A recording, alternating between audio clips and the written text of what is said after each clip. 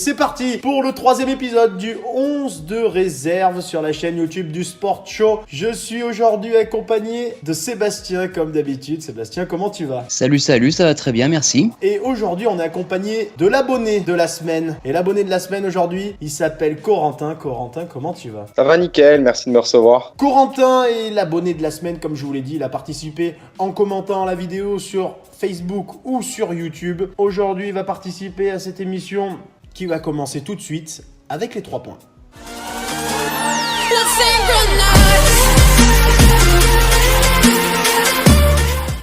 Les 3 points de la semaine, on va commencer. Sébastien, si tu veux nous dire ton coup de cœur de la semaine, il y a des choses à dire, c'est à toi. Eh ben écoute, mon coup de cœur de la semaine, j'ai envie de parler du Nîmes Olympique qui fait un début de saison quand même très impressionnant pour un promu. Ils ont battu un OM qui a pas été très bon à mon sens, qui a été moribond. Bon après, faut dire une chose, c'est que la VAR ne les a pas aidés non plus parce que bon, ils auraient pu bénéficier de pénaltys qui auraient pu changer la physionomie du match, mais malgré tout ça, Nîmes a montré beaucoup plus d'envie, de l'agnac. Enfin voilà, c'est pour un promu, c'est vraiment très rafraîchissant et je pense qu'il y a beaucoup de monde qui risque de tomber face à cette belle équipe. Corentin, ton coup de cœur du week-end? Je choisis moi aussi le Nîmes Olympique parce que j'ai trouvé l'équipe, comme tu as dit Seb, séduisante. Ils ont réussi à enchaîner une deuxième bonne performance, surtout face à Marseille. Certes, peut-être en manque de rythme, peut-être quelque chose qui manque à cette équipe de Marseille pour l'instant. Mais pour moi, Nîmes reste une très belle équipe pour le moment, ce début de championnat. Et avec l'objectif du maintien, je pense que tous les points sont précieux. Pourquoi pas aller voir peut-être la 8-9e place dans le ventre mou du championnat plutôt qu'à jouer la 15 et 16e place et se maintenir à la 36-37e journée. Pour moi les gars, j'innove, je vais pas parler de Nîmes, je vais parler d'un certain petit joueur qui nous surprend. Et je parle évidemment de Kylian Mbappé, champion du monde avec l'équipe de France, qui est rentré en seconde période contre Guingamp. Il est rentré dans une équipe qui se faisait bouger par des Guingampais qui jouaient le jeu et il a changé le match à lui tout seul, Kylian Mbappé. C'est impressionnant. Il a tout changé à lui tout seul. Il rentre, il percute, il fait des appels intelligents, il joue en neuf d'une façon remarquable. Il est impressionnant. Mais je comprends qu'il veut pas qu'on parle de l'âge parce qu'il est tellement impressionnant.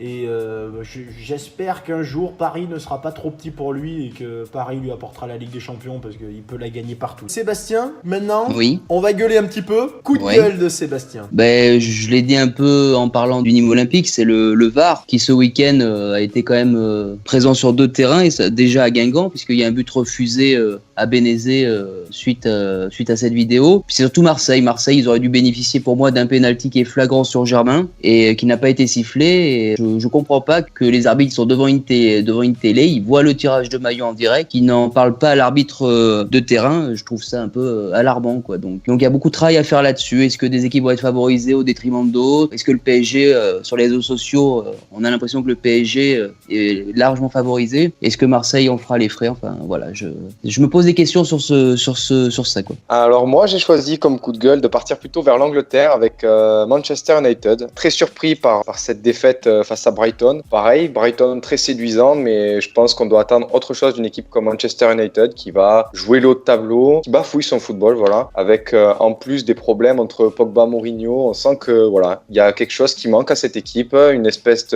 âme. Il n'a plus la grinta de Mourinho, le jeu est pas excessivement beau à regarder. Il marque un dernier but dans les arrêts de jeu, mais voilà, ils perdent 3-2 face à une équipe de Brighton. À mon avis, il ne va pas aller jouer, ne va pas aller titiller le haut du tableau, donc très surprenant et très déçu. En plus, on a vu la sortie de Pogba en zone mixte qui parle de l'état d'esprit des joueurs, donc ça montre quand même que le mal est bien là à Manchester et qu'il faut vite se ressaisir avant de se faire distancer par les cadors comme City et surtout Liverpool. Pour moi, mon coup de gueule, je vais revenir en France et je vais parler de Bordeaux. J'ai l'impression que ce club est dirigé par les actionnaires américains qui n'ont toujours pas acheté le club. Donc vivement que ce club soit vendu, qu'on sache où il veut aller, parce que là c'est plus possible. Il faut quand même se rendre compte quand même que Bordeaux s'est qualifié pour les barrages de l'Europa League et on n'en a même pas parlé. C'est-à-dire que Poyet a gueulé après une victoire en Europa League. Bon, Écoutez, c'est pas grave, c'est le cinéma, c'est n'importe quoi.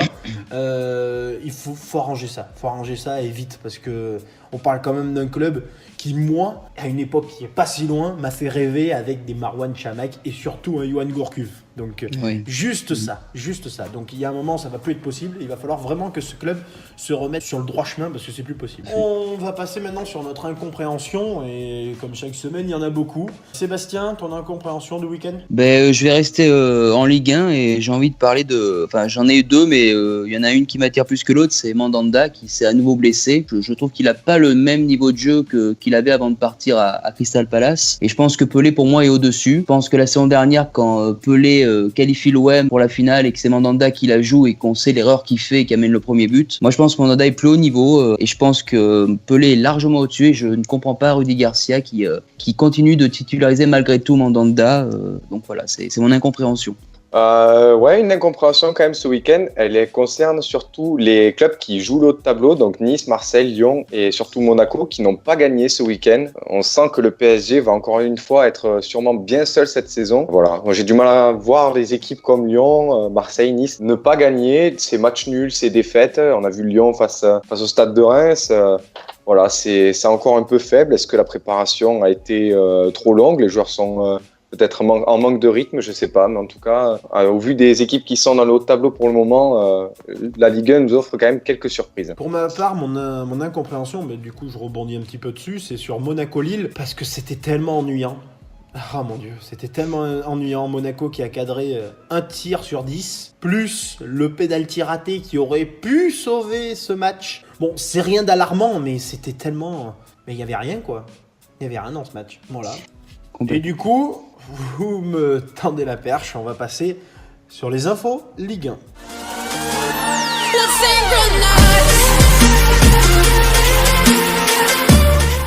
Les infos Ligue 1, aujourd'hui on va parler Mario Balotelli qui reste à Nice. Juste un petit avis là-dessus. Je pense qu'ils ont foutu leur mercato au niveau d'un recrutement d'un attaquant avec Balotelli, parce que ça fait 2 mois que ça traîne. Et l'affaire ne se fera pas, donc je pense que Marseille va recruter un Kostas Mitroglou numéro 2 et pas un attaquant comme ils auraient espéré, quoi. Voilà, c'est un peu compliqué. Alors Nice va devoir garder un gros salaire, mais un joueur qui va peut-être aussi faire du bien offensivement et qui va aider Patrick Vieira dans son projet de jeu. Des rumeurs Ligue 1.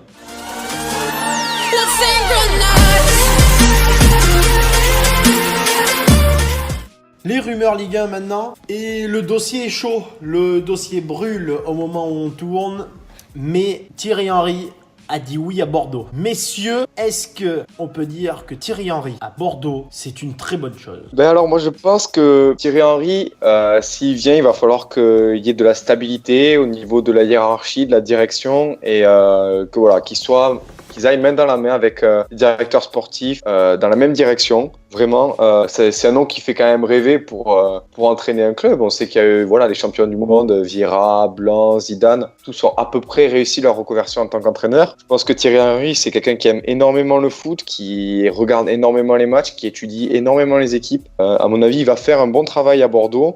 Après, est-ce que lui aurait pas préféré se lancer en première ligue ? Est-ce que Bordeaux ne fait pas office de second choix pour lui ? C'est possible. Après, c'est sûr qu'à côté des Laurent Blanc, qui n'ont pas entraîné depuis 3 ans et dont la cote est un peu en chute libre depuis qu'il est plus à Paris, et Klinsmann, qui est un entraîneur d'expérience, mais qui, à mon avis, aurait fait quelques années, 1 an ou 2, et puis après serait reparti. Thierry Henry, à mon avis, c'est le bon compromis entre les deux, et je pense que du moment qu'il prend les rênes et qu'il se mette d'accord avec la direction et qu'on lui accorde quand même un budget pour aussi remonter l'équipe, ça peut faire quelque chose de très bon, et pourquoi pas les revoir en Europe. Ce qu'a dit Corentin, c'est très juste. Thierry Henry, c'est quelqu'un qui aime le football, qui peut te regarder un match de Ligue 2 tellement il aime ça. Donc après, est-ce que c'est un bon choix pour lui ? Alors après, je pense qu'il aurait préféré peut-être entraîner soit en Première Ligue ou peut-être en Championship, puisque Aston Villa, à un moment donné, on en parlait pour qu'il prenne les rênes de cette équipe. Après, moi, ce qui me fait peur du côté de Bordeaux, c'est qu'on a vu que Sagnol, ça a été un échec total. Est-ce qu'il va faire comme Laurent Blanc ? Laurent Blanc est quand même un effectif qui était plus intéressant que peut avoir Bordeaux aujourd'hui. Et c'est surtout que Thierry Henry, voilà, en France, c'est une star en Angleterre, mais en France, il a tout gagné avec l'équipe de France. Mais cette main face à l'Irlande, ça a un peu noirci le tableau. Alors que pour moi, c'est une idole.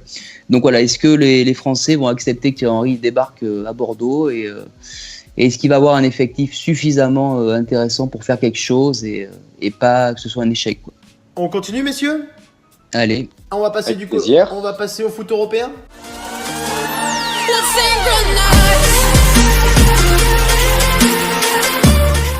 Le foot européen. Et on va commencer avec l'Angleterre. Après seulement 2 journées, est-ce qu'on peut dire que Manchester City va être champion d'Angleterre? Bon, moi, je pense que c'est un peu tôt quand même pour le dire, parce que tu as Chelsea et Liverpool qui sont là aussi. Je pense que ça se jouera entre ces 3 équipes, donc c'est encore un petit peu tôt. Mais offensivement, ça reste très, très, très, très, très costaud quand même. Oui, comme tu dis, Seb, je pense qu'il faut pas non plus vendre la peau de l'ours si tôt dans le championnat. Ça fait que 2 journées. Après, ils sont toujours sur le même rythme que la saison passée. Ça envoie des buts, ils ont le ballon, ça joue bien.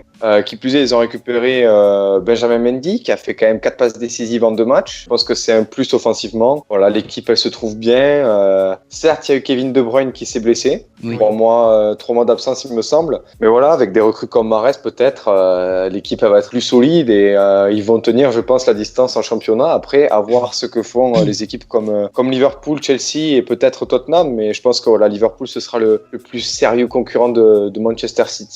Si Liverpool ne fait pas de faux pas, parce que City va pas leur laisser de grandes occasions d'aller chercher des points.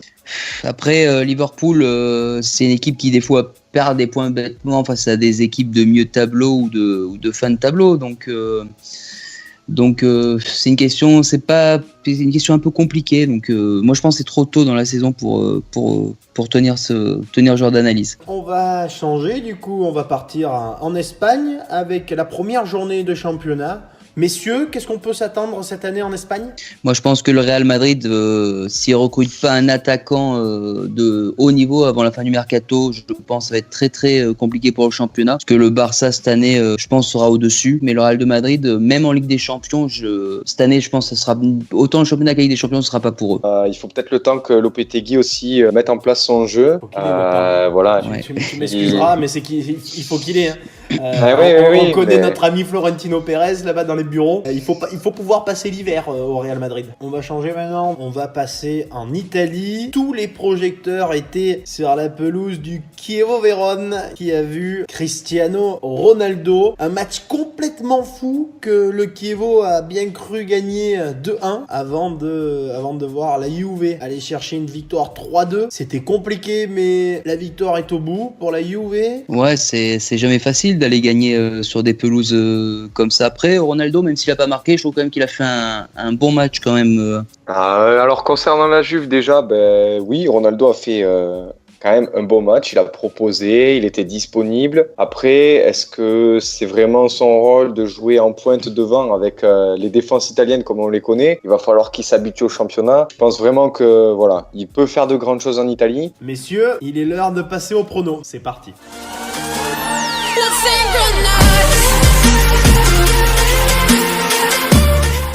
Les pronos, on est parti. Je vous laisse, comme la dernière fois, les stats au sujet des pronos. 4 matchs et on va commencer avec un match samedi entre la Juve et la Lazio de Rome. Corentin, je te laisse commencer. Qu'est-ce que tu vois pour ce match? Je vois une victoire, peut-être une courte victoire de la Juve avec un premier but pour Cristiano sous ses nouvelles couleurs. Moi, je vois la Juve gagner, mais je vois plutôt un but de Mandzukic. Je mettrais peut-être une pièce quand même sur le match nul, parce que la Lazio est quand même une équipe sacrément solide, même si ça va se jouer à Turin. Il faut voir quand même que cette équipe de la Juve a eu un peu de mal face au Chievo. Dortmund contre le Red Bull Leipzig. Les 2 équipes qui marquent avec au moins 3 buts dans le match. Moi, je vois bien quand même 2 partout, je dirais, entre ces 2 équipes. Je verrais peut-être une victoire Dortmund. On continue dans Marseille contre Rennes. Je vois un match nul avec les 2 équipes qui marquent. Je pense que Marseille devrait quand même gagner à domicile avec l'appui l'appui du public. Je dirais qu'ils vont gagner 2-1 contre Rennes. Ça risque d'être une belle bataille là aussi. Une victoire marseillaise et peut-être avec un but de Florian Thauvin. Manchester United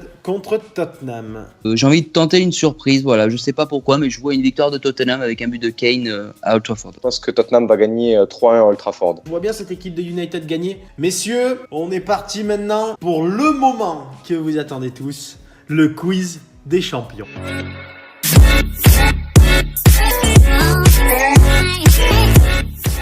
Le quiz des champions, on y est messieurs. On va commencer directement. Messieurs, qui a déclaré « Je ne partirai pas » Mario Balotelli. Non. Lo Celso.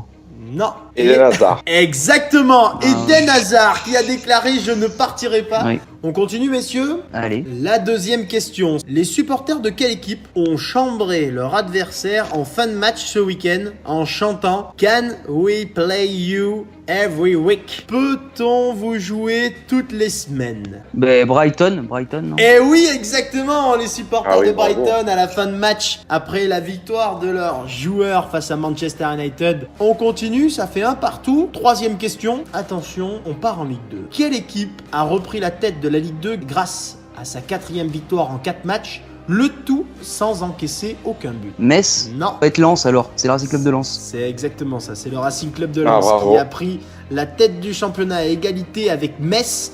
Sauf qu'à noter que nos amis lensois n'ont toujours pas pris le moindre but. On continue. Le week-end dernier, quel gardien a arrêté son 5e penalty sur les 9 derniers auxquels il a fait face? Pas de réponse? Vous avez du mal là, les messieurs. Là, vous calez là aujourd'hui. hein. Là, j'ai Je été fort. visualise. ouais. En fait. J'ai été fort pour ce quiz. Alors messieurs, un indice? S'il te plaît. S'il te plaît. Ouais. Alors ce gardien est un jeune gardien qui joue en Ligue 1. Mike Maignan. Mike Maignan, bravo. Sébastien hors norme, notre ami Sébastien. Incroyable Sébastien, magnifique Il est victoire excellent. encore. J'ai une belle opposition aujourd'hui quand même, Ouais, c'était très connu. très belle opposition. Messieurs, c'est là-dessus qu'on va se quitter. J'espère que cette vidéo vous aura plu. Messieurs, est-ce que vous voulez dire un dernier mot? Merci à Corentin, c'était une très belle émission, donc au plaisir de refaire une, j'espère. Merci à vous deux de m'avoir accueilli aujourd'hui. Merci à Seb pour cette culture foot sur le quiz. Très belle émission. J'ai hâte d'en refaire une si on me le propose. Merci messieurs, c'était avec un immense plaisir qu'on vous a tourné le 3e épisode du 11 de réserve pour The Sport Show. Merci à tous ceux qui ont rendu ça possible. On vous remercie à vous de continuer à nous suivre, à continuer d'aimer nos vidéos. N'oubliez pas de mettre le petit pouce en l'air. N'oubliez surtout pas de vous abonner et de partager la vidéo. Merci, à bientôt et bon foot ce week-end.